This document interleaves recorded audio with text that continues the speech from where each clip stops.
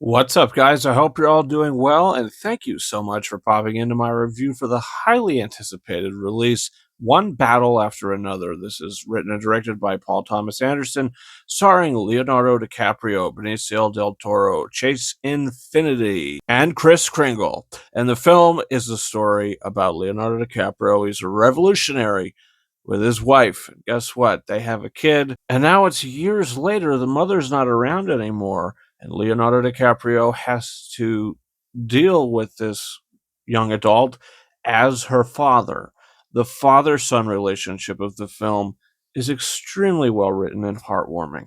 The performances, Leonardo DiCaprio is incredible in this film. He's incredible in every film. But the difference about his character in Killers of the Flower Moon, which is his previous movie, compared to this, he's actually likable in this film. He's not a very good guy. The film basically is the bad guys versus the good guys, and the bad guys, which are led by Sean Penn, who is giving a Oscar-worthy nomination. I was not expecting that character to be the kind of character he was. He's extremely quirky, but it's Paul Thomas Anderson kind of quirky. And the humor in this film, the movie is legitimately funny.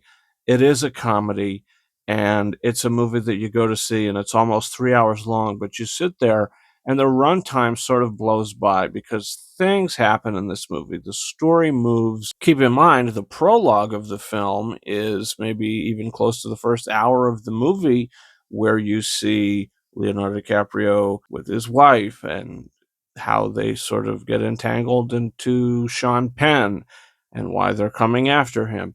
It all sort of makes sense and is set up. And the story is meticulously written, perfectly brought to the screen. I really think that this movie will walk away with an Oscar. I think it's actually going to win one. And you want to know something? Sometimes that's difficult to say because there's a lot of films that get nominated, but there's a lot of times where half the movies don't win a single damn thing. What's that I smell?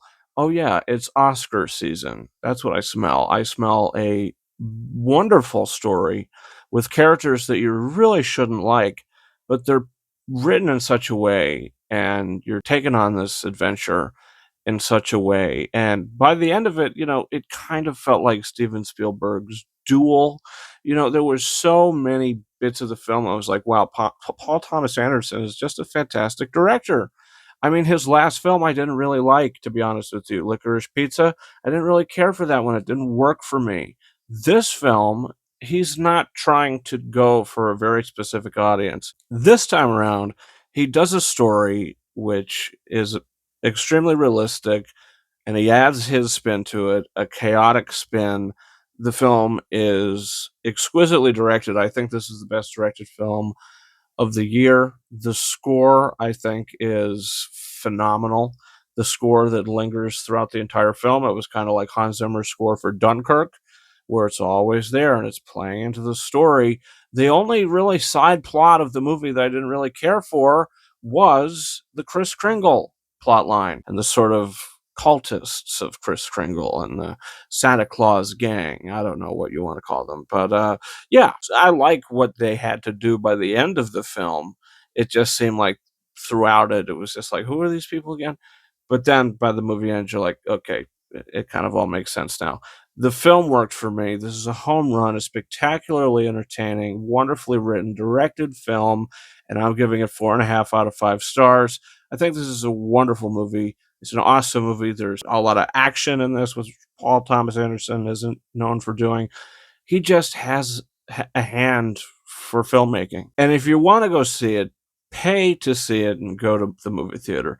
Pay for a ticket because I think that that's something to support. Buy a movie ticket, see a movie, experience it in the biggest, best way possible. So be immersed into it. And I think that's something this movie really is. From the way it was shot, it's extremely immersive. This film grabs you from the beginning and has you until the end and leaves you going, wow, what a damn good movie that was. That's my thoughts on this film. Also, don't forget to hit that subscribe button for a bunch of reviews coming in the future, including the new release, The Strangers Chapter 2. And to anticipate Tron Ares, my 4K pre-order of the Steelbook of the original Tron finally came in. Be watching that shortly. You guys can follow me on Twitter and/or X at RyanKing72 and Instagram at KingArises131. That's been it for me. Thank you so much for watching my review for one battle after another. And until next time, over and out.